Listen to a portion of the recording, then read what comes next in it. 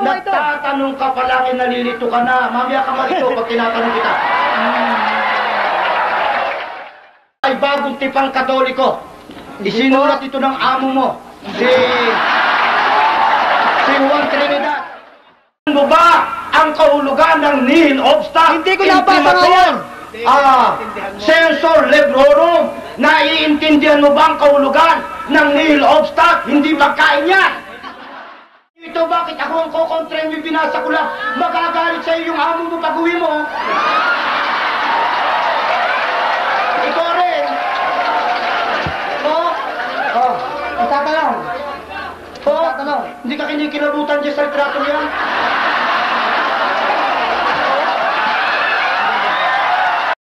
Kaya hindi na tayo magtataka kung dumating ang isang panahon. Makakita tayo ng isang tao nakaluhod sa harap ng isang arinola, nananalangin. At anong sinasabi? Aba, Santa Arinola, punong-puno ka ng grasya. Sinong kayong lahat yan? Hindi sinabi ni Kristong, pag marami kayo, iinumin kong lahat yan.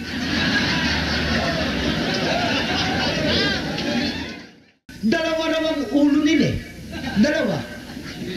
Isang ulo daw na nakalantad. At saka isang ulong hindi nakikita. Pagkita ko po, ito po, ang pari po namin nung una pa magmula kay Kristo, noong pong unang segundo, unang siglo. Unang siglo. Ayan. Ngayon din, kaysa na ni Kristo ako pag may nabasa kayo.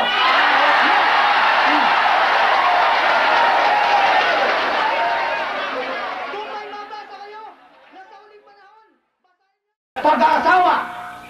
Tinatanggap mo, hindi mo tinatanggap. hindi ko tinatanggap na doktrina, kundi yan ay ayon sa kanyang paliwanag. Ayun. Sa makatwing, kalaban mo yung pari mo.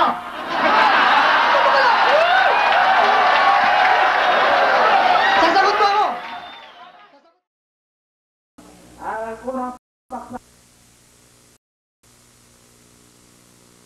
Ang Iglesia Katoliko Romana na tinayo ng ating Panginoon sa Biblia at magagamit na referensya. Napakaliwanag po yan.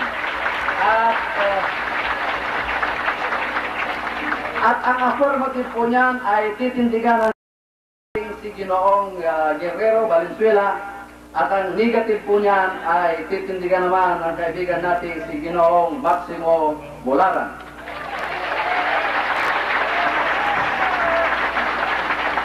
Ang pangalawang paksa na kanilang pag-uusapan ay ito, mga kababayan. Patutunayan ko na ang Iglesia ni Cristo na pinamahalaan ni kapatid na Felix Manalo, ang tunay na Iglesia na itinayo ni Cristo ayon sa Biblia at magagamit na referensya. Ang titindig sa affirmative ay sa panig na Iglesia ni Cristo na kakatawanin ni Ginoong Maximo Bolaran, at ang negative naman ay sa panig ni Ginoong Guerrero Valenzuela.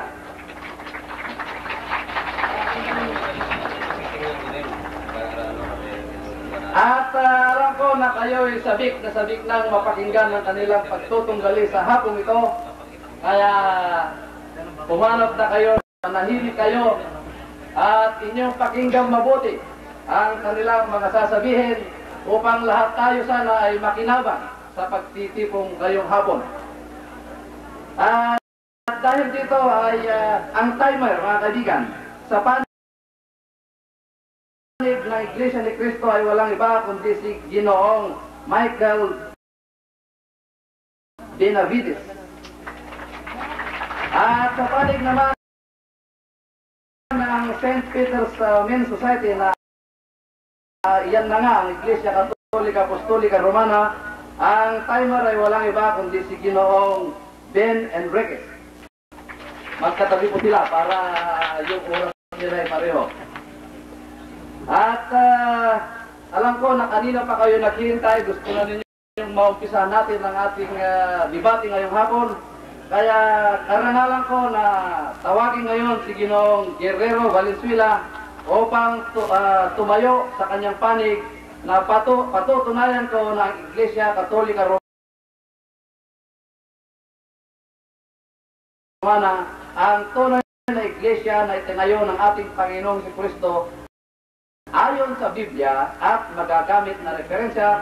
At pagkatapos ng 20 minutos na pagtalakay niya sa kanyang paksa, ay titindig naman si Ginoong Maximo Bularan upang i-cross-examine si Ginoong Guerrero Valenzuela sa loob ng 10 minuto. Palakpakan po natin si Ginoong Valenzuela.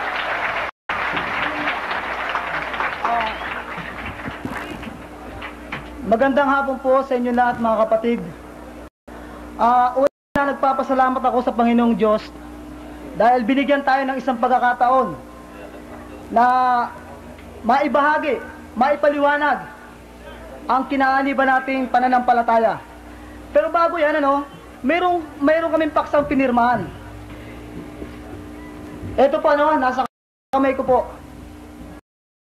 Ngayon, dito po, hindi nangangulugan ako ang mauna agad. Wala po yung ganon na usapan.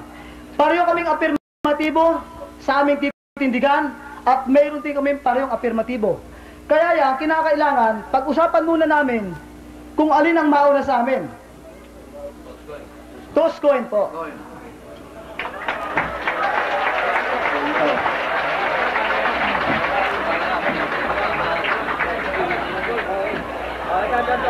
Ito ngayon ay yung paksang tatayuan nila ng afirmatibo na walang iba kundi ito. Patutunayan ko ng Iglesia ni Cristo na pinamahalaan ni kapatid na Felix Manalo ang tunay na Iglesia na itinayo ni Cristo ayon sa Biblia at magagamit na referensya. Yan po ang tatalakay ngayon ni Ginoong Maximo Bularan.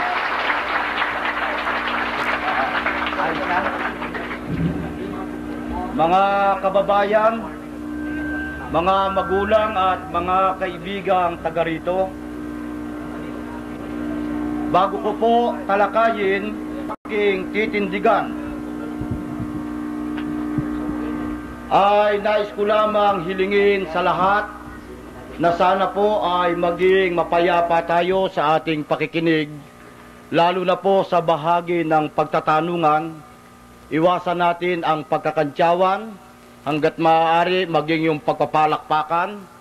Unawain nating mabuti ang katwiran na ilalahad ng magkabilang panig upang ating lubos na pakinabangan ang galitong napakagandang pagkakataon ng Panginoon Diyos upang ipagsanggalang ang kanyang mga aral na nakasulat sa Biblia na ating sinasampalataya ng mga Iglesia ni Cristo. Gaya po ng binasa na kanina, ang paksa na aking patutunayan ay ang Iglesia ni Cristo na lumitaw sa Pilipinas na pinamahalaan ni kapatid na Felix Manalo, ang tunay na iglesyang itinayo ng ating Panginoong Jesucristo. Bakit meron tayong ipinangangaral ngayon na Iglesia ni Cristo? At bakit po tayo naninindigan na tunay na Iglesia ni Cristo ang lumitaw sa Pilipinas na pinamahalaan ni kapatid na Felix Manalo? Pakinggan ninyo at aking babasahin ang sinasabi dito sa Mateo sa 16 at 18. Pakinggan ninyong mabuti.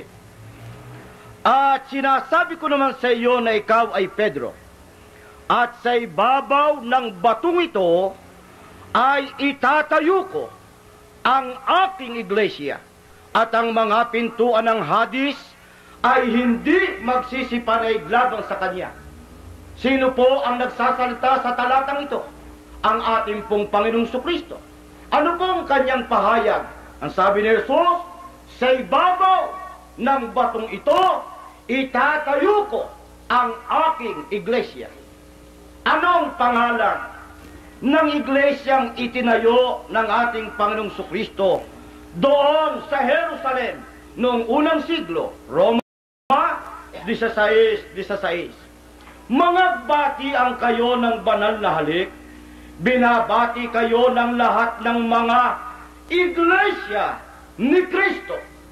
Ano po ang pangalan ng iglesyang itinayo ng ating Panginoong Kristo sa Jerusalem noong unang siglo? Ayon po sa talata ng Biblia, Iglesia ni Kristo. Marahil po ay maitatanong ninyo ngayon, gayon pala na mayroon na ang Iglesia ni Kristong napatatag sa Jerusalem noong unang siglo. Bakit kailangan pa na may bumangong Iglesia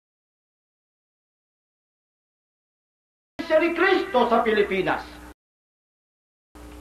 Sapagkat meron pong malagim na pangyayaring naganap sa unang Iglesia ni Kristo, na ito ay natitiyak natin na pilit na itatago, pilit na tatanggihan, ikakaila ng aking kausap. Alin nyo? Ito po ang tinatawag na pagtalikod sa unang iglesia. Subalit, sa pamamagitan po ng salita ng Diyos at sa pamamagitan na rin ng mga aklat ng referensya, ay ilalantad namin sa inyo ang katotohanan kung ano ang malagim na sinapit ng iglesia na itinatag ni Kristo sa Jerusalem noong unang siglo. Gaya po ng aming tinitindigan, merong naganap na pagtalikod sa unang iglesia. Sapagkat kung walang naganap na pagtalikod, walang dahilan para merong bumangon paraw na iglesia ni Kristo sa huling araw. Ano po ba ang kahulugang ibinibigay ng Biblia sa salitang pagtalikod? Babasahin ko po dito sa Daniel sa 9 at 11. Ganito po ang sinasabi. Oo, buong Israel ay sumalangsang ng iyong kautusan sa pagtalikod upang huwag nilang talimahin ang iyong tinig. Ano po ang kahulugang ibinigay ng Biblia sa salitang pagtalikod? Gaya po ng aking binasa, pagsalangsang o di pagtalima sa mga kautusan ng Diyos, gaya po ng ginawa noon ng bayang Israel. Kaya nga ang ating Panginoong Kristo ay nagtayo ng iglesia sapagkat tumalikod ang Israel na siyang unang bayan ng Diyos. Subalit,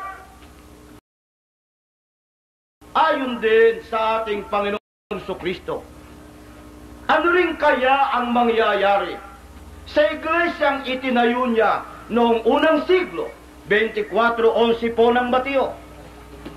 At magsisibangon ang maraming bulaang propeta at kanilang ililigaw ang marami. Ayon po sa ating Panginoong Sus, ano rin ang mangyayari sa iglesyang itinayo niya noong unang siglo? Ang sabi ni Jesus, ililigaw o itatalikod ang marami. Pansanin po ninyo, gaano ang matatalikod? Sabi ni Jesus, ililigaw o itatalikod ang marami. Ano naman ang gagawin sa mga unang iglesia ni Kristo na nanindigan sa pagsunod sa mga aral ng Diyos? Dito po sa 9, kung magkakay ibibigay kayo sa kapighatian at kayo'y papatayin, ayon pa rin sa ating Panginoong Kristo, ano po naman ang gagawin sa mga kaanib sa unang iglesia ni Kristo na maninindigan sa pagsunod sa mga aral ng Diyos. Ang sabi ni Jesus, papatayin sa makatwid. Yung hindi nakapanindigan, itinalikod. Yung nanindigan sa pagsunod, ipinapatay. Ibinabala din po ba yan? Ibinabala din kaya ng mga apostol na merong pagtalikod na magaganap sa iglesyang itinayo ni Kristo noong unang siglo? Dito po sa Gawa 20:29 hanggang 30. Aking talastas na pag-alis ko ay magsisipasok sa inyo ang mga ganid na lobo na hindi magpapatawad sa kawan at magsisilitaw sa mga kasamahan din ninyo. Ang mga taong magsasalita ng mga bagay na masasama upang magdala ng mga alagad sa kanilang hulihan. Ibinabala din po ba ng mga apostol ang pagtalikod na magaganap sa unang iglesia ni Kristo? Opo. Sino ang isa sa mga apostol na nagbabala nito? Si Apostol Pablo. Anong katunayan? Sabi ni Apostol Pablo, pag-alis ko, alin yung pag-alis na tinutukoy? Kung babasahin natin sa talatang 25, 27, 28, 8, yun. Ang pag-alis na hindi na makikita ang kanyang mukha. At sa ikalawang Timoteo 4:6, yun ang panahon ng kanyang pagpanaw. Anong sabi Pablo? Pag-alis ko, pagkamatay ng mga apostol, papasok ang ganid na lobo. Saan? Doon sa iglesia na itinayo ni Kristo noong unang siglo. Anong gagawin? Hindi patatawarin ang kawan, papatayin. Yung matatakot sa kanila, sunurin naman sa kanilang hulihan. Kung gayon, pinatutunayan po ng Biblia sa pamamagitan mismo ng ating Panginoong Kristo at ng mga apostol, may pagtalikod na magaganap sa unang iglesia, pagkamatay ng mga apostol. Paano ho ba itatalikod ang ibang mga kaanib sa iglesia ni Kristo? Mabuti basahin na natin ito, itong nasa unang Timoteo 4:1 hanggang 3. Ngunit hayag na sinasabi ng Espiritu na sa mga huling panahon, ang iba'y magsisitalikod sa pananampalataya at mga kikinig sa mga espiritong mapanghikayat at sa mga aral ng mga demonyo na ipinagbabawal ang pag-asawa at ipinag-uutos na lumayo sa mga lamangkati na nilalang ng Diyos upang tanggapin na may pagpapasalamat. Papaano po itatalikod ang ibang mga kaanib sa unang iglesia ni Kristo? Sabi ni Apostol Pablo, pasusunurin sa masamang aral. Alin yung masamang aral? Aral ng demonyo. Napakaraming aral ng demonyo. Pero kukuha lamang muna tayo ng dalawa. Alin yung dalawa? Una, ipagbabawal ang pag-aasawa. Ikalawa, ipagbabawal ang pagkain ng lamangkati o karne. Sa makatwid, alin mang iglesia na magtaguyod ng ganitong aral, aral ng demonyo, ito ang iglesyang tumalikod sa tunay na iglesia, sa iglesia ni Kristo. Alin kaya? Sino kaya ang nagtaguyod ng isa sa aral ng demonyo, bawal asawa? Pakinggan po natin sa isang aklat ng Iglesia Katolika ang pananampalataya ng ating mga ninuno. Sinulat ni James Cardinal Gibbons, tinagalog ni Ginoong Rufino Alejandro, pahina 396. Bagaman ang di pag-aasawa ay di tiyakang ipinatupad ng ating mananako, ang disiplina ng iglesia, yan ang Iglesia Katolika, ay ipinatupad buhat pa sa pasimula sa pamamagitan ng pagbabawal sa mga saserdote o pare na mag-asawa pagkatapos na sila'y maordinan. Sino po ang nagtataguyod ng isa sa aral ng demonyo? Bawal ang mag-asawa. ang Iglesia Katolika.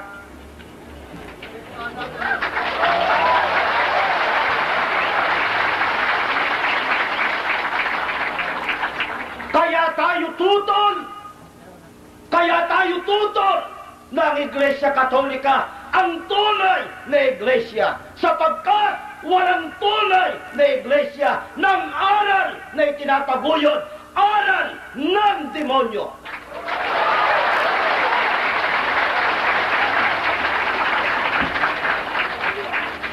Baka naman nagiging tunay na Iglesia na ang isang Iglesia kung dalawa ang aral ng demonyo na itinataguyod niya. Baka kaya lamang sa demonyo pag isang aral, pag dalawang aral na, hindi na sa demonyo, tunay na. Pakinggan natin, sino ang nagtaguyod ng ikalawang aral ng demonyo? Bawal kumain ng lamang kati o karne. Siya ang inyong pakinggan ng aral na Katoliko. Sinulat ng isang paring Katoliko, ang pangalan ni Enrique Demon. Dito po sa pahina 139. Ang ikalawang utos ng Santa Iglesia, mag-ayuno at huwag kumain ng anumang lamang kati sa mga araw na bawal. Sa ikalawang utos ay pinag-uutos ng Santa Iglesia sa atin na mag-ayuno at huwag kumain ng anumang lamang kati o karne sa mga araw na ipinagbabawal niya. Sino rin ang nagtaguyod? Ikalawang aral ng demonyo, bawal kumain ng lamang kati o karne. Walang iba kundi ang Iglesia Katolika. Paano ngayon natin tatanggapin ng Iglesia Katolika isang tunay na Iglesia? Gayong ang Iglesia Katolika ang siyang nagtaguyod ng aral ng demonyo na ikinatalikod ng maraming kaanib sa unang Iglesia ni Kristo.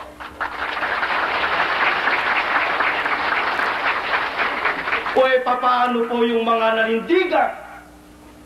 Papaano yung hindi napasunod sa aral ng demonyo? Pakinggan ninyo, dito sa aklat ng kasaysayan, Modern World, ni Betten and Kaufman, parehong paring Iswita ng Iglesia Katolika, 345 sa pagkakaliwat na sa Pilipino. Ang Iglesia ay nagtatag ng isang tanging hukuman, ang tinutukoy na Iglesia, ang Iglesia Katolika, ang inkisisyon ng Papa o pangsanglibutang inkisisyon. Ang mahalagang bahagi ng paumaraan nito ay itinakda ng isang kalipunan ng mga batas na pinagtibay kapwa ni Lucio III at Emperador Barbarossa noong 84. Ang parusa na itinakda ng mga batas panlupa ukol sa erehiya ay kamatayan sa apoy. Ano po ang ginawa ng Iglesia ang ating kinagisna sa mga kaanaw ng Iglesia ni Kristo na nanindigan sa pagsunod sa mga aral ng Diyos?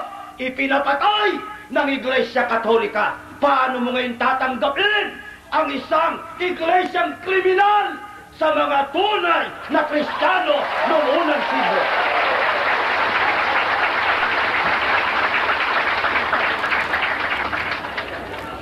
Gaano karami ang bilang ng ipinapatay? Baka sabihin nila, konti lang naman eh. Konti lang. Kaya yan nagpatuloy. Abeno, dito po sa isang aklat, aking babasahin, ganito ang ating mababasa. Roman Catholicism Investigated and Exposed, sa pahina 16, sinulat ni Mr. F.F. Shields, sa pagkakaliwat sa Pilipino. Merong mahigit pang 50 milyon sa pamilya ng sangkatauhan. Ang kabuuan ng naipapatay ng simbahang Katoliko ng mga Romanista sa daigdig, at ang mga dugo ng mga bayani at mga martir na ito na inyong naipapatay ay makapupuno sa isang malaking hukay sa lupa. 10 talampakan ng lalim, 10 talampakan ng luwag, at 20 milya ang haba. Kakaunting bilang huba ng mga tao yan? Mahigit na 50 milyong tao sa pamilya ng sangkatauhan. Halos, kung ibabatay sa pinakahuling senso sa ating bansa, kulang-kulang tayong 60 milyones masusukat na ninyo kung gaano karaming tao yan.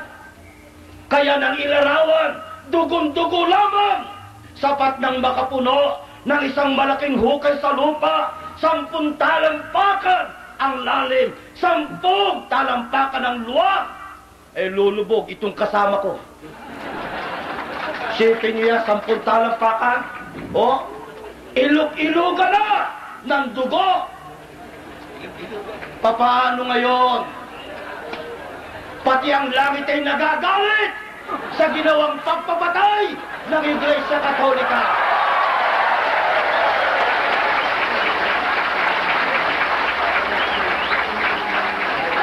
Isipin nyo nga naman yung 50 milyon, bakit hindi luluha pati ang kalikasan? Gaano karaming mga tao ang naging biktima ng Iglesia Katolika, Apostolika Romana. Kaya mga magulang, inaamin po ba ng Iglesia Katolika na sila nga ay nagpapatay? At sino ayon din sa kanila ang may malaking pananagutan sa ginawa nilang pagpapatay? The truth about the Inquisition ni John A. O'Brien sa pahina 47 sa pagkakaliwat na sa Pilipino. Ang Iglesia Katolika ay hindi makaiiwas sa pananagutan ukol sa paggamit ng pagpapahirap o dili kaya ay sa pagsunog ng mga biktima sa tulos. Ang Iglesia sa katauhan ng kanyang mga puntipise ang may pananagutan sa pagpapahirap. Ang malupit na gawain ito ipinakilala ni Inocencio IV noong 1252. Hindi lamang inaamin ng Iglesia Katolika, sinasabi pa kung sino ang mayroong pananagutan ito. Sino ang unang-una? Kaya po mga magulang, mga kaibigan, sa aking unang tindig ay aking inilantad kung ano ang mapaka-itim na kasaysayang sinapit ng unang iglesia sa kamay ng iglesia na ipinagsasanggalan ng aking kaibigan. Kaya ang Iglesia Katolika, ang kamay ay punong-puno ng dugo ng mga martir ng ating Panginoong Kristo. Sila ang lumipon sa mga kaanib sa unang Iglesia ni Kristo na nanindigan sa pagsunod kay Kristo. Yan po ang aking tindig. Mayroon pang 30 seconds kung tinapos na po ni Ginoong Maximo Bularan ang kanyang unang tindig. At ngayon ay panahon naman ni Ginoong Guerrero Valenzuela ang magtanong. At lumuluh ang langit.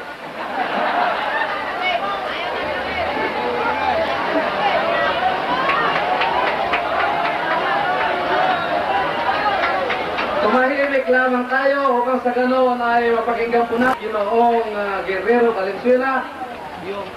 At ang aking pakiusap kay Ginoong Guerrero Valenzuela ay magtanong siya at hindi magpaliwanag, at mamaya ay mayroon siyang pagkakataon na magpaliwanag din. Pagkatapos si Ginoong Maximo Bularan ay may panahon naman na magtanong din lamang siya at mamaya uli ay magpapaliwanag.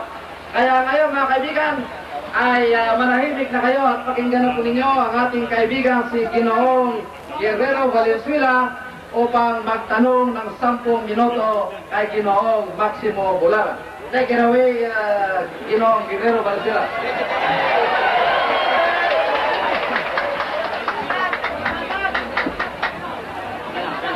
Tuloy mo na.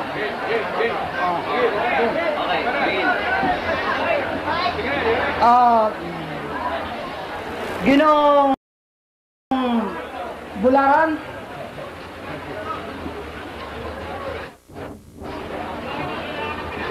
sige, oras na ito. Medyo ito po ang unang tanong ko. Ayon po sa dokumento sa pamahalaan noong 1914, kaalinsabay ng digmaan pandaigdig sa Punta Santa Ana, Manila,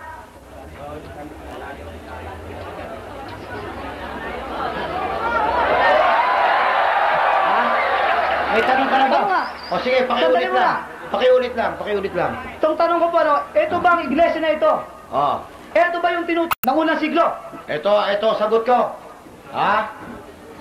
Ang binagbabatayan mo siguro, kaya may tinanong yan, yung binasa ko sa Roma 16:16. Hindi ko, tinatanong kita, sumagot ka lang. Ayun. Nakaugnay kami doon sa mga natawag sa unang iglesia ni Kristo. Lamang magkaiba kami sa panahon ng pagkatawag.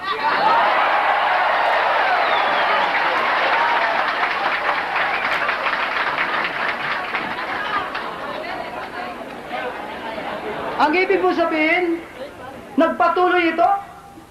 Hindi nawala? Meron niyang pagtalikod, kaya nga ang pagkatawag namin, hindi kasabay noong mga natawag noong unang siglo. Itinalikod niyo eh.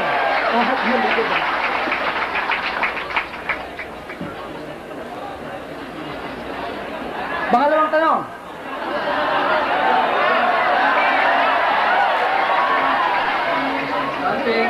Tahimik lang mga kapatid. Tayo makinabang sa pag-uusap ng dalawa ating mga kaibigan. Tahimik lang, makinig lang tayo mabuti.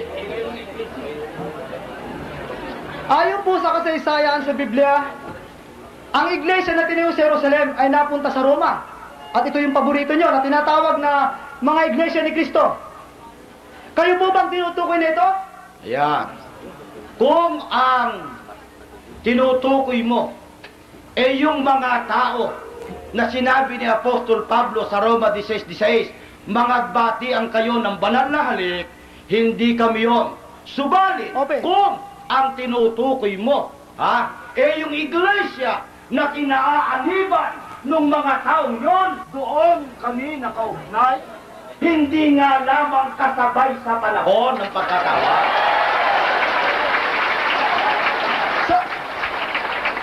Sa mga tweet, tinatanggap mo na yung iglesia sa Roma na binati ni Pablo ay hindi kayo ang talagang yon. Kung ang tinutukoy mo, yung mga taong bumabatit, nagbabatian doon, hindi kami yon. Kung ang tinutukoy mo, yung iglesyang kinaaniban noon, doon kami nakaugnay, hindi nga lamang kapanahon. Pangatlong tanong.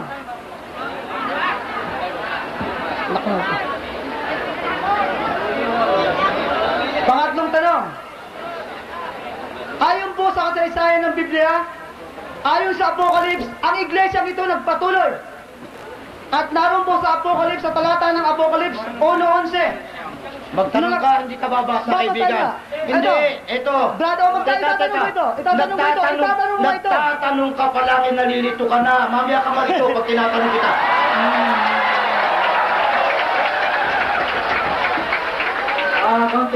Sana maintindihan nyo ang premisa ng tanong. Maintindihan ko ang tungkulin ko. Hindi ka dapat magpaliwanag. Mamaya ka dapat magbasa. Wala ang tungkulin dapat, mo magtanong. Hindi ako nagbasa. Eto po, bakit hindi ako ito tanong? Hindi ko mababasahin yung tanong ko. Pambira ko. Didiktahan nyo ako. Huwag nyo akong didiktahan. Ulitin ko po. Ayon po sa kasaysayan sa Biblia, ang iglesyang ito na nasa Apocalypse 1:11 ay nagkaroon ng 7 sangay. Ang una, sa Efeso. Pangalawa, Esmirna. Thyatira. Lugar. Anong tanong? Ako po yung nagtatanong. Ano ang tanong? Parang kasi nagpapaliwanag kayo. Moderator, hindi ka nakakaintindi. Sabi ko 7 iglesia, babasahin ko yung lugar. Ano ang tanong ngayon, Eto nga, kaibigan? hayaan niyo muna matapos ang tanong ko kasi saka kayo sumagot. Sige. Baka hindi kayo nakakaintindi. Pagbigyan natin. Sinabi ko 7 lugar. Sige. Hindi nga talaga nakakaintindi ng tanong. Sige. Binablap niyo ako Sige. Yan. Tatanong ako. Sige. Ulitin ko. Sige, guluhin niyo. Bakit manahimik kayo mga kababayan? Mr. Moderator, titingnan mo yung tanong ko, Pangalawa, Wala sana... kang tanong, kaya... Ito, pakinggan nyo lang tanong ko muna. Tatanong nyo kung tapos na ako. Yun lang. Gaya ng Ayon po sa Apocalypse. nila, Ginoong Valenzuela, wala kayong karapatang magpaliwanag. Hindi ako nagpaliwanag. Pakinggan mo ang tanong ko, Mr. Kaya Moderator. hinihiling ko na magtanong lamang kayo. Pakinggan mo ang tanong ko para maunawaan mo. Sige. Ang tanong ko po, ayon po sa talata ng Biblia, nang si Juan ay nakarating sa Patmos.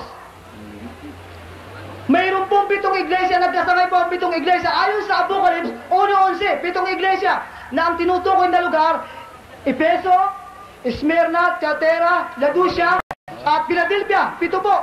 Kayo po ba ay nakasapi dito? Aba, ang sabi ko nga sa iyo, kaibigan, yung mga unang Kristiyano nakaanib doon sa unang iglesia ni Kristo. Doon kami nakaugnay. Magkaiba lang ng panahon. Napakahina mo pala namang umintindi eh.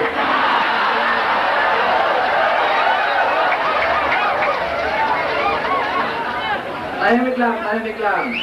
Sa mga tweet, malinaw na sa binanggit ko na 3 iglesia magmula sa Mateo hanggang sa Roma 16:16 hanggang Apocalypse, wala talagang kaugnayan dito kayo. Sa panahon lang kayo may kaugnayan. Inaamin mo ba yan? Magtanong ka. Tinatanong nga kita, inaamin mo ba na wala kang kaugnayan dito sa iglesyang to? Doon niya kami nakaugnay. Sa Sa panahon. tunay na iglesia, doon kami natawag, magkaiba lamang ng panahon. Panahon. Sa mga tweet, ang naugnayan nyo ang panahon, hindi ang iglesia nyo. Hindi. Dahil Doon tinatanong kami kita. nakaugnay. Ang hindi nakaugnay doon, kayo. Sapagkat kayo ang nagpapatay. Kayo tumalikod sa unang iglesia ni Kristo. Okay, pangalawa. Naugnay sa panahon, hindi sa iglesia. Ito pa, pang-apat na tanong. Ito bang iglesia na ito, na itinatag ng Panginoon sa Jerusalem, ito ba'y nawala, nasira, o nagpatuloy magpahanggang sa ngayon? Aba, liwanagin mo yung tanong mo, nawala, nasira. Alin ang talagang gusto mong sagutin ko ron? Yung salitang nawala o Brad, yung nasira? Ulitin ko. Oh, sige. Ulitin ko. Dadaan-daanin ko sa'yo. Oh. Ito po bang iglesia na itinatag ni Kristo sa Jerusalem? Hindi po sa Punta Santa Ana po ito, ha? Pakinggan nyo. Sa Jerusalem. Oh. At hindi 1914 ito. Oh. Ito. Sige. Ito bang itinatag ni Kristo sa Jerusalem? Oh. Ito ba'y nawala o nagpatuloy? Oh. Nagpatuloy na nawala sa uri. Nawala sa uri. Sa mga Dating tuwid, nawala malinis, naging marumi. Sa mga tuwid, nawala ako ito. Tinatag ni Kristo. Oh. Nawala sa Ang uri. tanong ko, nawala ba ito? Hindi. Sa uri. Yung Hindi ko organisasyon tinatanong yung uri. Wala nagpatuloy. akong tinatanong na uri. Ang tinatanong ko sa'yo, kung ito'y nawala. Nawala nga sa uri eh. Ano ba? Walang uri ako tinatanong. Ang tinatanong ko, yung iglesia ba na tinatag ni Kristo nawala o hindi? Doon nawala. Sa uri nawala. Yung organisasyon ay nagpatuloy. Pero ang uri ay nabago na. Dati dalagang malinis, naging babaeng Dapat masakit. magpaliwanag. Ang tinatanong ko lang sa yung uri.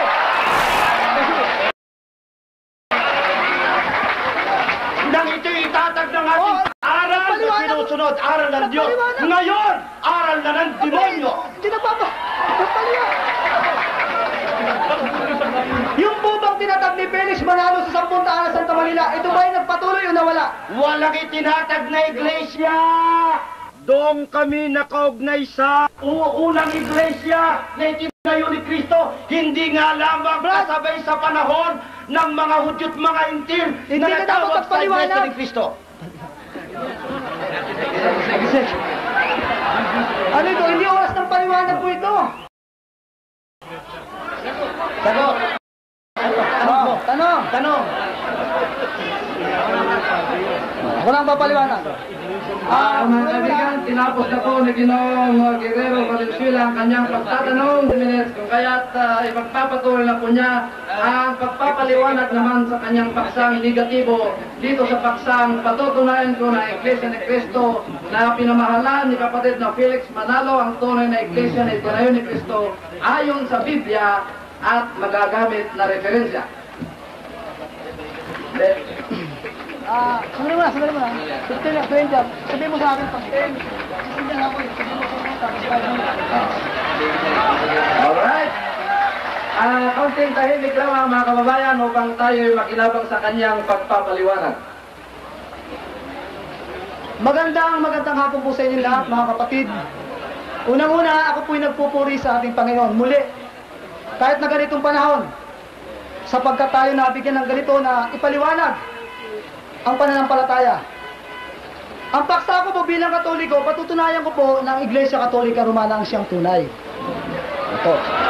Subalit, maliwanag kanina kung nakikinig kayo sa kanya, ang tinayuan po namin, ang pinag-usapan po namin sa aming nalagdaang o kontrata dito po, maliwanag na itatayo niya ang kanyang iglesia, pero wala po kayo narinig na itinayo. Ang kanyang ginawa, inatake ako ng inatake, wala pang naitatayo ako, inatake na ako. Naging demonyo pa yung Katoliko. Ayun, demonyo pa kami. Nangyari doon.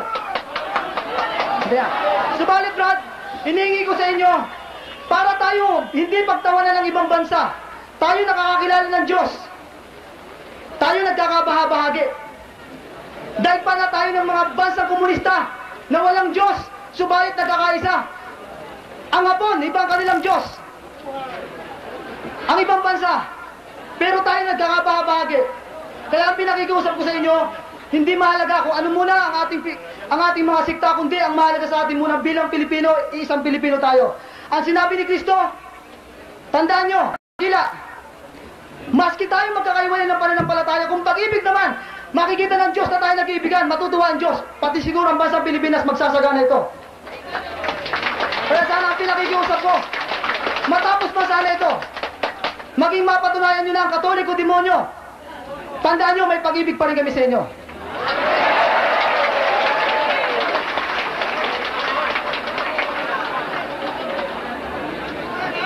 Kanina po, maliwanag po na binabanggit niya yung Inquisition. Na ang Katoliko raw nagpapatay ayon sa simbahan. Ito po ay malaking kasinungalingan po ito na ang Papa nagpapatay. Wala pong ganyan. Ito po ang dokumento ng Inquisition. Ang Inquisition sa unang panahon, ang dapat magpaliwanag nito, sapagkat naganap sa unang panahon, ang dapat na magsulat ito, yung may mga katibayan na nabubuhay sa unang panahon. Subalit ko na magsusulat ito, ay wala sa panahon yon. Kasinungalingan lang ang kanilang binabasa. Sino ang dapat paniwalaan natin na magkwento ng panahon ng Hapon? Ang matanda, ang ating lolo, ang mga apo. Natural yung ating mga lolo. Ano po bang ibig sabihin ng Inquisition? Sa Tagalog po, ang salitang Inquisition po ay pagsisiyasat. Kung may lumalaban sa pamumuno ng simbahan at ng Estado, ito po ay pinarurusahan. Kung mabigat ang kanyang kasalanan, dapat ito'y patayin talaga. Ito po ba, may hinango po ba? Ito ba ay gawa-gawa lang ng simbahan sa unang panahon? Hindi po. Mayroon pong patunay. Sa Deuteronomio po, 17 po, ang patunay po na ang tao na lumalabag sa utos ng Diyos ng unang panahon, pwede pong ipapatay ng Panginoon. Basahin natin po sa Deuteronomio 17. Ito po, Kapitulo 17, talatang 8 hanggang 12. Kung magkakaroon ng totoong mahirap na bagay sa inyo, sa paghatol dugo sa dugo, usap sa usap, bugbog sa bugbog, mga bagay na pagkakaalit sa loob ng iyong mga pintuang daan, ikaw ay titindig, sasampa sa dakong pipiliin ng iyong Panginoon. Ikaw ay paroroon sa saserdote po, pare, at lilibita, at kasama ang naging hukom sa araw na yaon, at iyong sisiyasapin ang kanilang, at kanilang ipakilala sa iyo ang hatol ng kahatulan. Iyong gagawin sa tinig na hatol na kanilang ipakilala mula sa dakong yaon na pipiliin ng Panginoon, at isasagawa mo ang lahat ng kanilang ituturo. At ang tao na gumawa ng pagpapalo na hindi pakikinig sa saserdote, tumatayo upang mga siwa doon sa harap ng Panginoon. Panginoong Diyos ng hukom ay papatayin ang taong yaon na nagkasala at aalisin sa Israel. Sa makatuwid po, maliwanag sa unang panahon na mahigpit po ang batas ng Jerusalem, mahigpit po ang batas ng unang mga tao na pinili ng Diyos. Ayun po, di ako nagsisinungaling, Deuteronomio 17, talatang 8 hanggang 12 po. Kaya po, kung ang Katoliko patuloy nyo itong sisirain sa darating na panahon at papasok kayo ng simbahan at talagang guguluhin nyo kami, mapipilitan kami na para lumaban pag ito ginawa ng ibang sekta.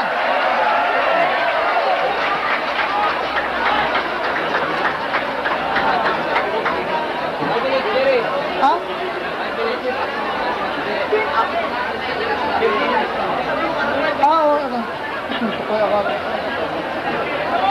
Ito po ang palatandaan na sinabi ni Kristo. Mayroon pong hula si Kristo. Sa taong talagang sisira sa kanyang tunay na iglesia, mayroon po siyang binilin. Ayon po sa Lucas 19, ito mga sinasabi ng Panginoon, sa isang talinghaga po, datapat itong ayaw, datapat itong aking mga kaaway na ayaw maghari sa akin, dalahin mo rito at patayin mo sila sa aking harapan. Sa makatwid ang Panginoon, mabuso sa kanyang batas, masigit pa rito sa pagpapatay, kundi ilalagay sa impyerno. Maliwanag po na ang Inquisition po hindi gawa-gawa ng simbahan.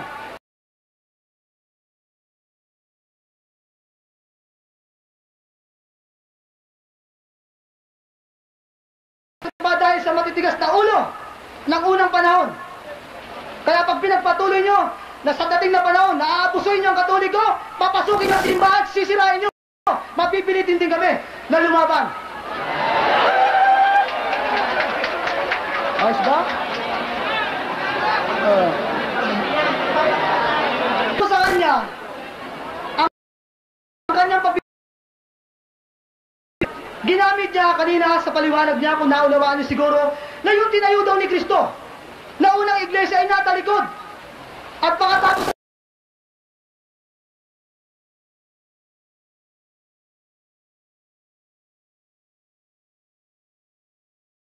sa panahon, ang tinatanong ko, yung iglesia po, na tao hindi pa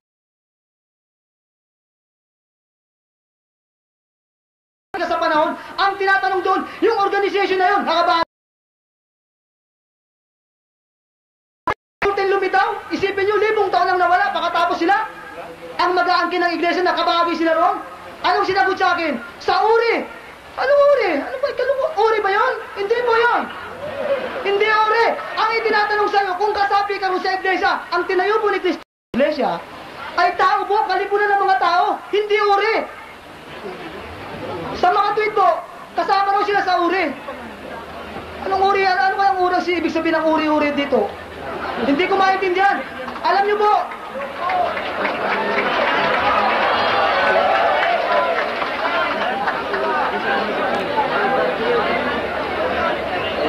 maliwanag po. Ayon po sa paliwanag ng simbahan, si Kristo ang nagtatag. Hindi pwedeng matalikod ito. Ang Panginoong Jesucristo mismo ang nagtatag ito, itatalikod. Panginoon siya ang tumubos, makapangyarihan, na buhay at namatay. Paano matatalikod? Pagkatapos ang pinamahalaan daw ni Felix Manalo ay hindi matatalikod? Mag-isip-isip kayo mga kababayan. Isipin niyo yan, si Kristo mismo na Panginoon na buhay. Mawawala yung kanyang tinayo. At si Felix Manalo sa Santa Ana, Punta Manila, 1914, nagtayo, hindi mawawala. Imposible yan. Ngayon po, tinututulan po ng simbahang Katoliko, kasama na rin po akong tumututol ng iglesia tinatag ni Kristo, kailanman hindi mawawala. Anong sinabi nila po? Nawala raw ito. 1914 lumitaw. Sa mga tweet, tinayo ni Kristo noong unang siglo, nawala. Libo-libong taon walang kaligtasan ang tao. At pagdating ni Felix Manalo, doon lang nagkaroon ng kaligtasan. Tama ba yun sa Biblia? Basahin po natin. Nakita nyo na.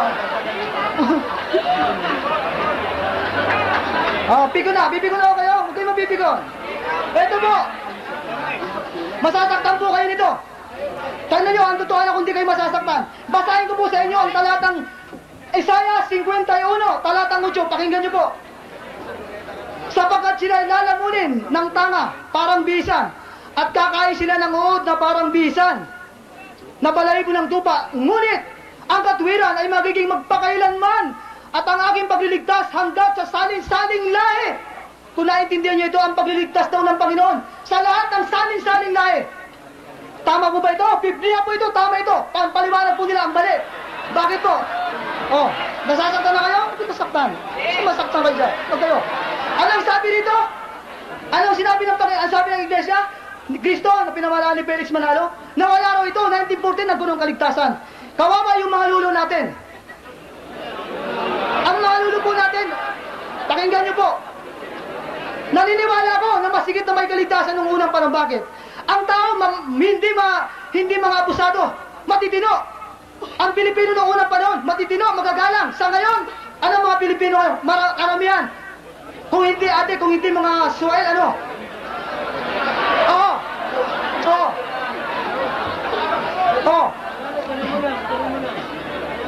Lahat po yan ay lumalabas sa Katoliko. Yun.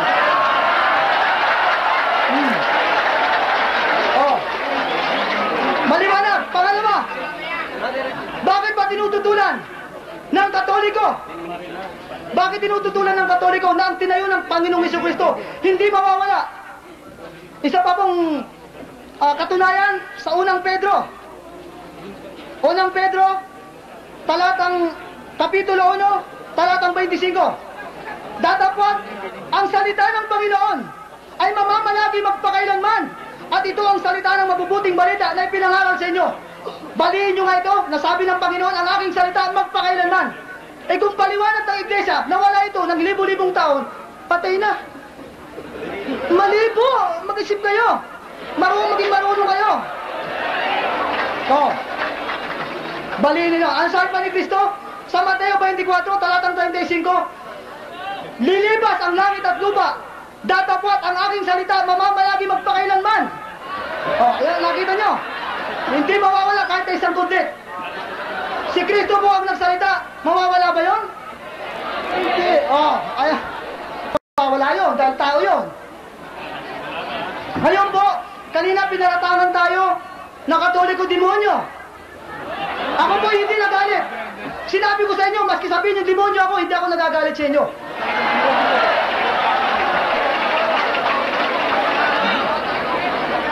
Kayo, sinasabi ko kayong mga anak kayo ng Diyos, kaya mananahimik sana kayo. Ayun, titignan naman natin kung talagang ang Katoliko nga ay demonyo. Anong ginamit niyang talata? Gumamit po ng talata sa Timoteo. Ginamit niyang talata para patunayan na ang Katoliko ay demonyo. Ginamit niya yung Timoteo na nagbawal ng pag-aasawa. Ba yung paring tingnan natin. Isa-isahin po natin kung talagang tutukoy sa amin to. Pag tinukoy kami dito, pag kami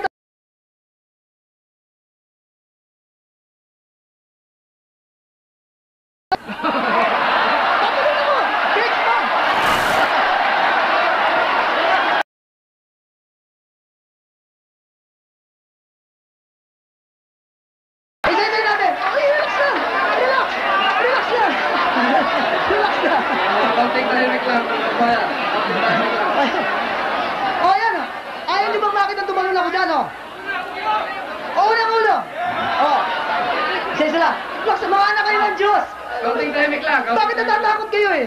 Eh kami demonyo sa impyerno na kayo. Kayo natatakot. Relax kayo. Ito, babasahin natin isa-isa. Nasa Katoliko raw ito, demonyo na. Babasahin po natin malinaw. At ayag na sinasabi ng Espiritu. Ang nagsasabi po Espiritu. At hindi po ito si Kristo. Tandaan niyo po. At ayag na sinasabi ng Espiritu na sa huling panahon, sa mga huling panahon, ang iba'y magsisitalikod. Nagbabasa tayo eh. Magsisitalikod. Ito po'y hula.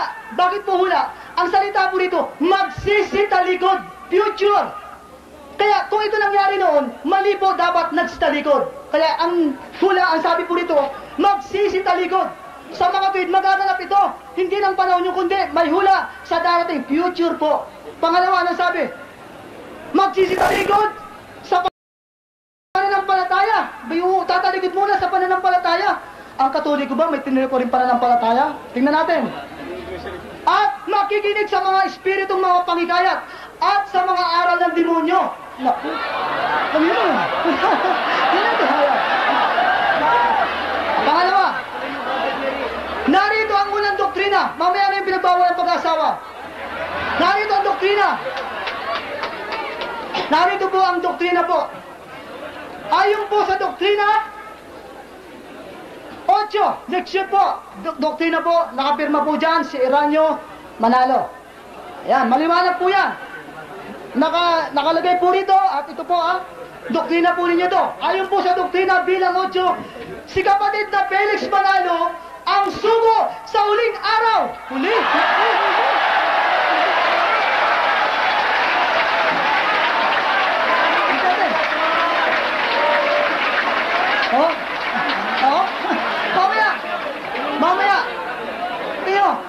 Mamaya mag-iisip kayo pag uwi nyo dito. Pakinggan nyo. Ito, sandali mo na. Ngunit, hayag na sinasabi na sa huling panahon. Naku, huli rin doon. Ngayon, pag-aralan po natin. Ano? Medyo pag-aralan natin. Sa sine, pag nanood kayo ng sine, alam nyo yung una, alam mo yung huli. Pag sinasabing huli na, malapit na ang wakas, siyempre, natural yun eh. Ngayon, ipagkumpara natin kung Katoliko ang tinutukoy na aral ng demonyo. Ang Katoliko ba ay dito sa huling panahon? Kung tinutukoy ang Katoliko, tingnan natin. Ano po ba ang nauna? Ang Katoliko, ang Iglesia ni Cristo?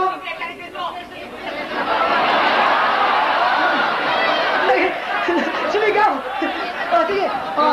Hindi naman natin tinututukan na nauna ang Iglesia ni Cristo eh. Hindi pa ako.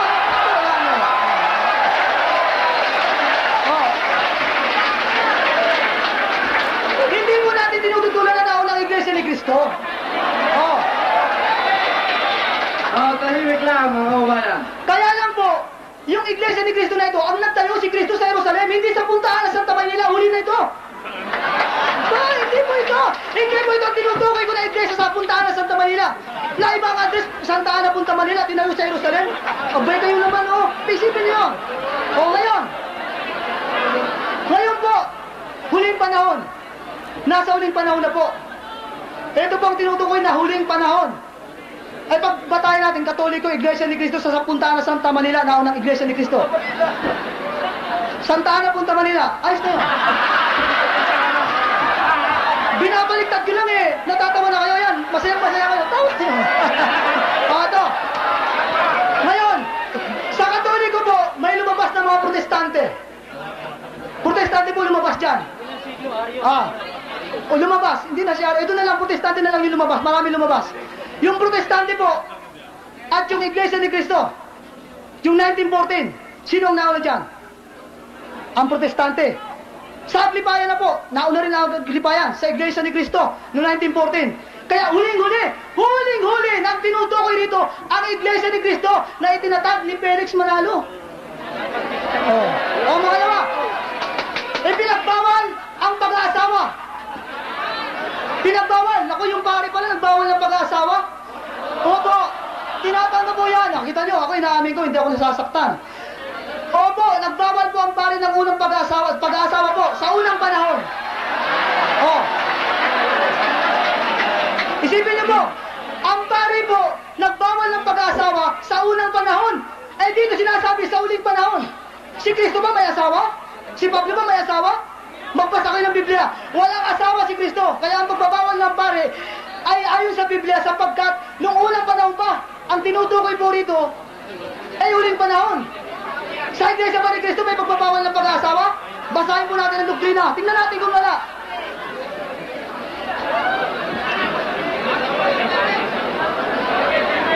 Doktrina 17 po. Ito po, basahin natin po. Kung nagbawal nga. Ito po, duduk. Bakit? Ito po, pinaserox ko ito. Hindi Xerox to, no? Bakit bawal sa Iglesia ni Cristo ang mag-asawa sa hindi Iglesia ni Cristo o sa kapatid? Ayun! May pagpabawal po sa Iglesia ni Cristo at ito'y naganap hindi sa unang panahon, kundi sa uling panahon po naganap, pinagbawal ang pag-asawa sa inyo. Bakit po? Ano po ang katwiran? Ano po ang katwiran ng pagbabawal sa inyo?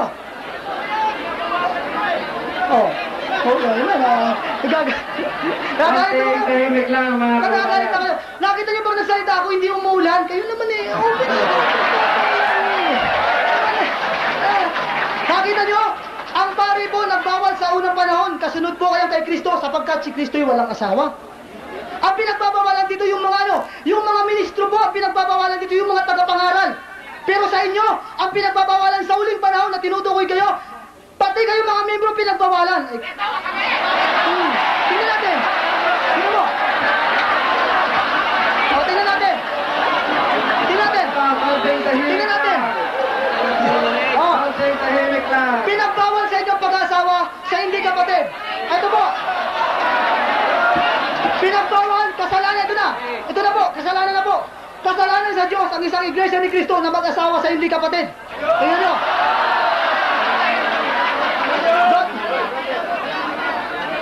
Sa inyo po, sabi ni Kristo, ibigin nyo kahit ang kaaway nyo.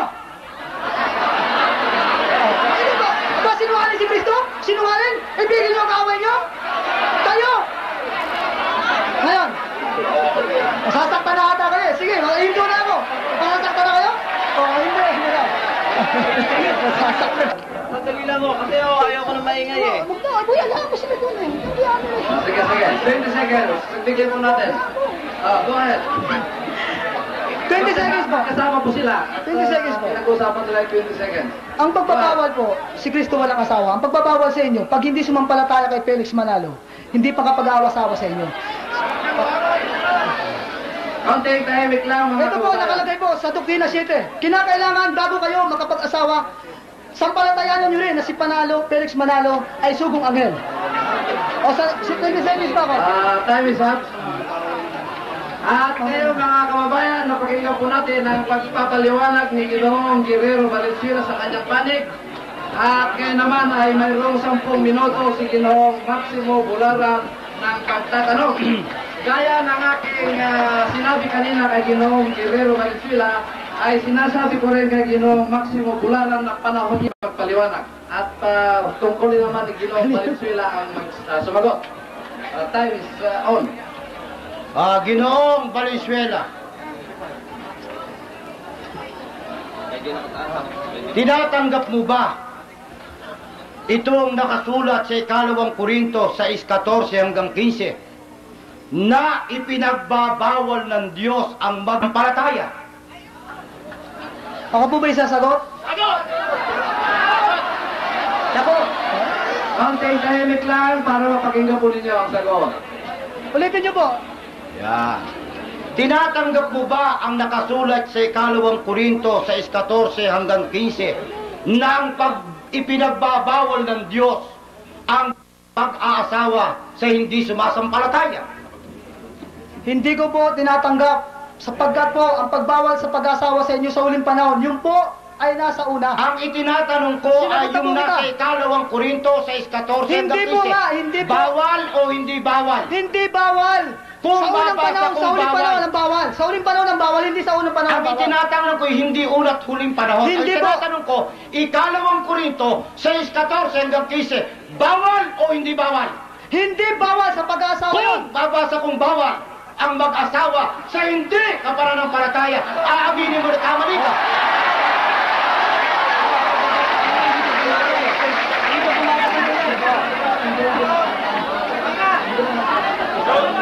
Basahin mo po at kung mabasa mo sa Biblia ito at sa orihinal na Biblia, tatanggapin ko po yan. Basahin mo. O pakinggan mo mabati, dito sa 2 Korinto 6:14 hanggang 15. Ito ay bagong tipang Katoliko. Isinulat ito ng amo mo, si Juan Trinidad. Ha? Pakinggan mo. Huwag kayong makipamato sa mga di sumasampalataya. Makipamatok pala. Sapagkat paanong magkakaisa ang kabanalan at ang kalikuan at paanong magkakasundo si Kristo si Bilyal o paanong magkakaisa ang sumasampalataya at ang di sumasampalataya. Anong kahulugan nung sinabing huwag makipamatok? Ito sa paliwanag ng iyong amo. Magtatanong ka ba? Magtanong ka. Makipamatok ang tinutukoy ay ang pag-asawa.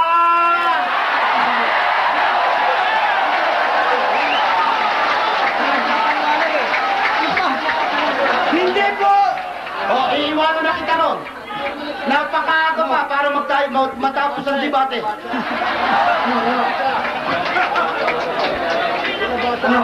Sinabi mo kanina na walang uri ang iglesyang itinayo ni Kristo noong unang siglo, hindi ba?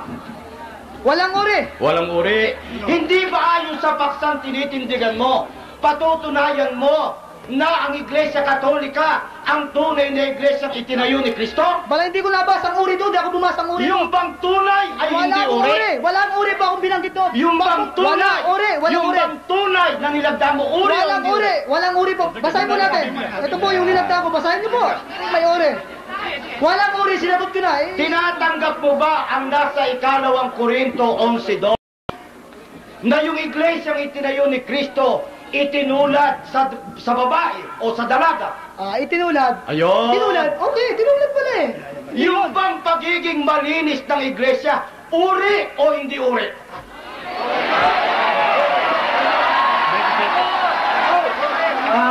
tahimik lang. Konting tahimik lang. Ang tao po, at ang Sumagot ka, yung bang pagiging malinis ng iglesia itinayo ni Kristo, uri o hindi? malinis po yun. Uri o hindi uri? Hindi, uri! Hindi!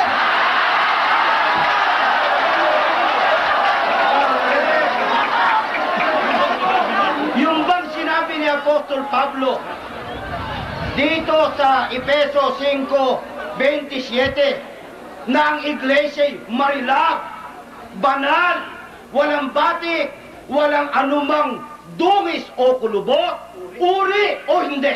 Hindi po yan ang uring tinatanong mo kanina. Yung tao na nanampalataya roon sa iglesia, nakabilang doon din ang pinag-usapan sa unang siglo. Sa Mali ka! may Mali ka! uri o walang uri? Ang tinatanong mo na sa kalinisan po, hindi po tayo roon pumupunta. Sa makatwid, tinatanggap mong malinis ang unang iglesia. Of course, kanina pa. Ayun. Pagba ang isang iglesia, hindi na malinis, tinatanggap mo, hindi na tunay na iglesia? Aba, hindi po. Dahil po, nagkasala rin po yung ibang apostol. Aba, hindi ang mga apostol ang tinatanong ko.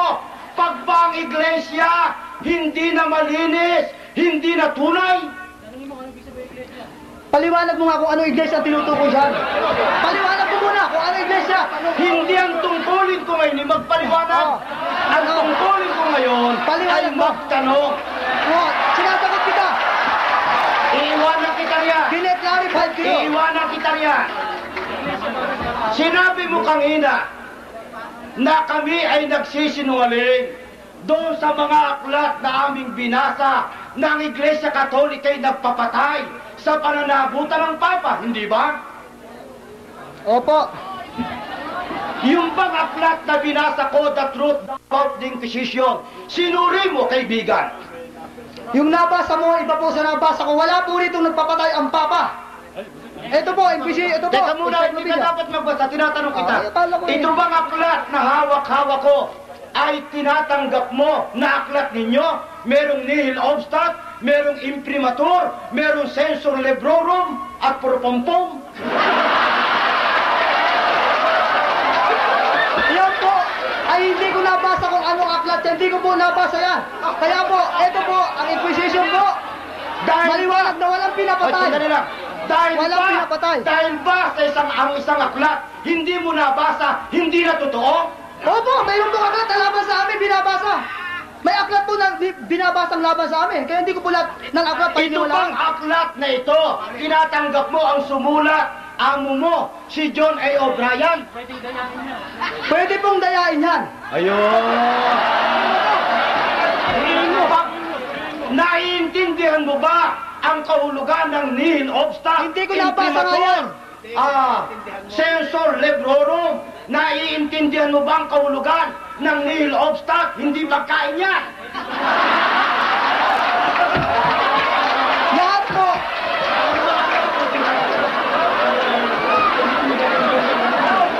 Iwanan kita riyan. Ako'y napakabait na kausap.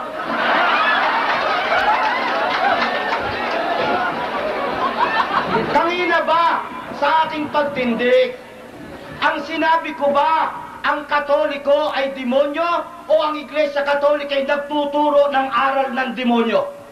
Sige, sagot! Sagot! Masagot na ba ako? Sagot! Aral demonyo. Sinabi ko ba na ang Iglesia, ang mga Katoliko ay demonyo?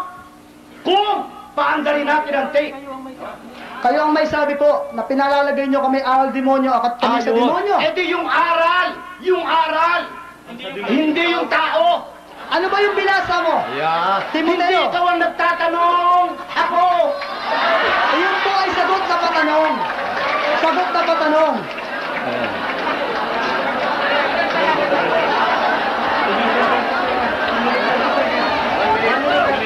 One minute, 30 seconds pa po.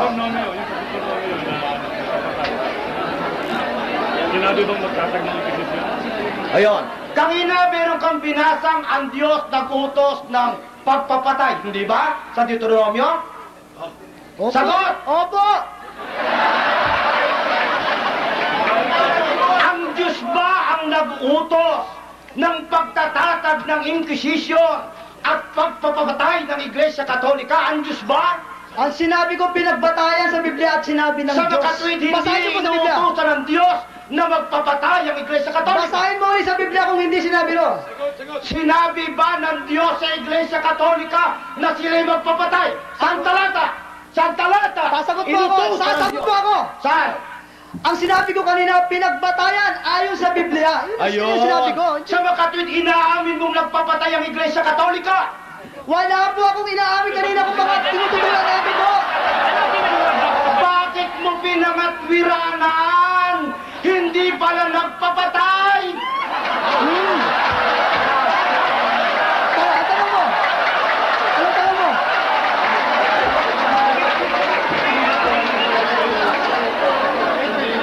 Sasagot mo ako.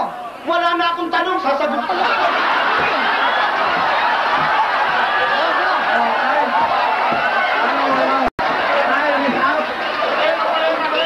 Kanina nagtatanong ako, ayaw sumagot. Nung ayaw ko nang magtanong, saka naman sagot. Hello. Point of order mga kaibigan, ay tapos na ang pagtatanong at ngayon bibigyan natin ng pagkakataon ngayon si Ginoong Maximo Bularan upang tumindig sa kanyang pangalawang tindig na patutunayan ko na Iglesia ni Cristo na pinamahalaan ni kapatid na Felix Manalo ang tunay na Iglesia na isinayon ni Cristo ayon sa Biblia at magagamit ng referensya. Mag-uumpisa na po si Ginoong Maximo Bularan. Makinig po kayo mabuti. Dahil sa hindi hindi rin lang ako. Ang galing na. Mga magulang, mga kaibigan, narinig po ninyo kung papaano na pinanindiganan ko sa pamamagitan ng Biblia at mga referensya, kung papaano po natalikod ang mga kaanib sa unang iglesia. Ang isang bahagi po ay sumunod sa maling aral, sa makatwid bagay sa aral ng demonyo, at ang isang bahagi naman ay ipinapatay, at kung sino ang nagtaguyod ng aral ng demonyo, walang iba kundi ang iglesyang ating kinagisnan, at ang iglesyang kinagisnan din natin ang nagturo ng aral ng demonyo. Bawal mag-asawa, bawal kumain ng karne, sila rin ang nagpapatay sa ibang kanib sa unang iglesia, kaya ito'y hindi natin kinagisnan. Kanina ay ibig magpalusot nitong kaibigan ko. Humahabol ng tabla. Kawawa naman. Palibasa ito, ang panalo nito baka tabla. Paano siya humahabol ng tabla? Eh kung kami anya, nagbawal ng pag-aasawa, kayo man, nagbawal din ng pag-aasawa. Ibig niya sabihin, tabla tayo roon. Kawawa. Bakit daw ang mga pari nila walang asawa? Ang ibinibigay na katwiran ay wala raw asawa si Kristo. Wala raw asawa ang mga apostol. Kaya kung walang asawa si Kristo, wala na rin asawa yung kanilang mga pare. Walang asawa si Pablo, wala na rin asawa yung kanilang mga pare. Pero ang totoo, at mamaya ibabasahin ko sa inyo, patutunayan namin sa pamamagitan ng Aklat ng Iglesia Katolika, gustong-gusto ng mga paring mag-asawa. Gustong-gusto. Hindi lang makapag-asawa, bawal sa kanila. Kaya sa sama ng loob ng isang pare, sapagkat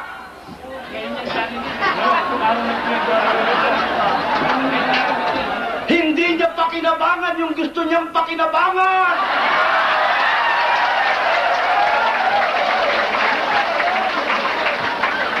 Ito po ang diaryong lumabas sa araw na ito, Malaya, September 29, 1987, isang paring Italiano nagpapalit ng sex. Lalaki ang pinili, yung pambabae. Sipin niyo yan, mga magulang. Ang sabi niya, yung daw kanila aral daw ng Diyos yun. Yung bang ano? Yung disobedience? Ano? Imperial? Yung imperial disobedience. Yan po'y pinangangatwiranan nila di umano, yung daw pagbabawal ng pag-aasawa at hindi pag-aasawa ng mga pare, aral daw ng Diyos yun. Pakinggan ho ninyo at aking babasahin. Oy, makita mo man lang, Imperial disobedience. Ayan. Ang sumulat nito, Adrian Hastings. Oy.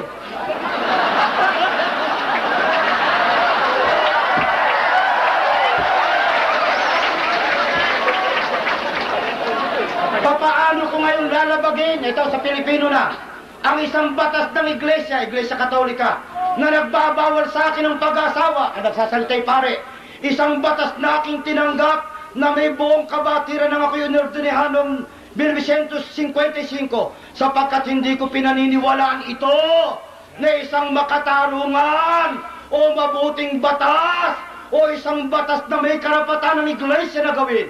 At ako ay kumbinsido na hindi nito'y pinahahayag ang kalooban ng Diyos. Ang tiyakang batas dapat kasuklaman.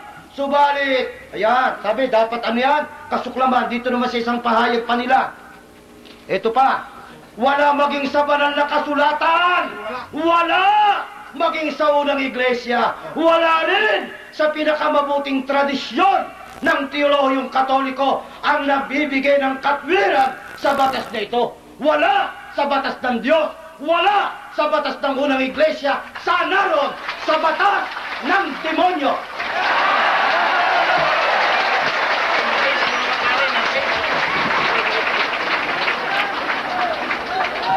Sapagkat gustong-gusto ng mag-asawa, pinigilang mag-asawa. Hindi ko nababasahin yung bomba. Kawawa naman. Kawawa naman itong kaibigan ko eh.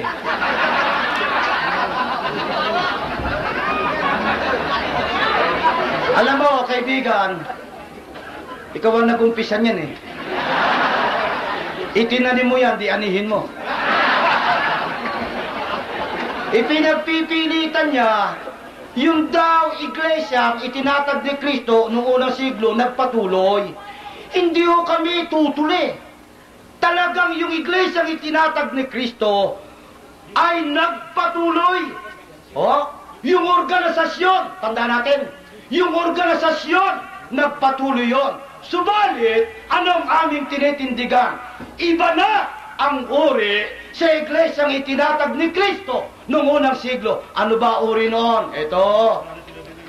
Hindi raw uri ito eh.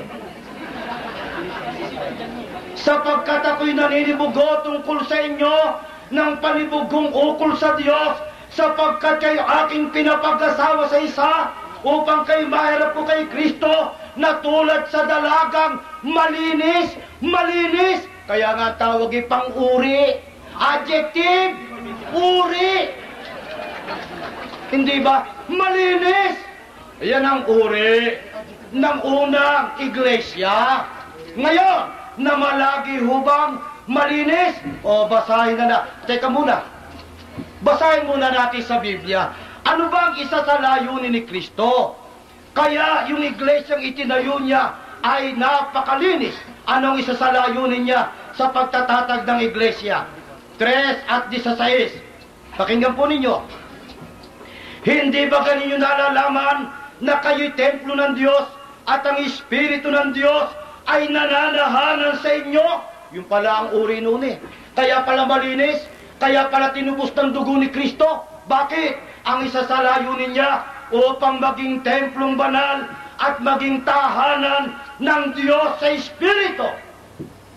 Kaya malinis, tahanan ng Diyos sa Espiritu, nilinis ng dugo ni Kristo ayon sa Gawa 20:28, sali ni John Lamsa. Tanong, na malagi bang malinis? Na malagi bang tahanan ng Diyos sa Espiritu? Pakinggan mo, kaibigan. 18:2, dadalang-dalangan ko pagbasa. At siya'y sumigaw ng malakas na tinig na nagsasabi, naguho ang dakilang Babilonya at naging tahanan ng mga demonyo at kulungan ng bawat espiritong karumal-dumal. Yung bang karumal-dumal ay malinis? Sipin mo, dati ang tumatahan-tahanan ng Diyos sa Espiritu, ngayon ay naging tahanan ng demonyo, naging karumal-dumal. Sasabihin siguro nito, aba, wala kang nabasa diyang Iglesia Katolika, ang nabasa mo diyan ay Babilonya. Ha? Alin ba yung Babilonya na naging tahanan ng demonyo? At sa kanyang no, 17:5 na Apokalipsis, ay nakasulat ang isang pangalan, Hiwaga, dakilang Babilonya, ina ng mapakiapid at ng mga kasuklam-suklam sa lupa. Alin yung Babilonya? Ang sabi ng Biblia, ito po ang ina, nino, ng mga mapakiapid. Kaya ibang uri na ng babae. Nung una, malinis. Ngayon, mapakiapid. Nagbago o hindi nagbago? Nagiba o hindi nagiba? Yun parang halimbawa lamang, huwag magagalit. Baka meron dito na Maria ang pangalan. Nung pasimula, kilala siya. Saan? Sa pagiging Mariang malinis. Lumipas ang panahon. Kilala na siya. Saan? Maria din. Pero Mariang mapakiapid. Yung ding Mariang yon. Pero anong nabago? Yung uri. Kaya hindi na ang Diyos ang tumatahan. Ang sabi ng Biblia, naging karumal-dumal, tahanan ng demonyo, babaeng nakaupo sa maraming tubig. Alin ang tinutukoy na mga tubig o sino itong ina na mapakiapid na nakaupo sa maraming tubig? Babasahin ko sa inyo.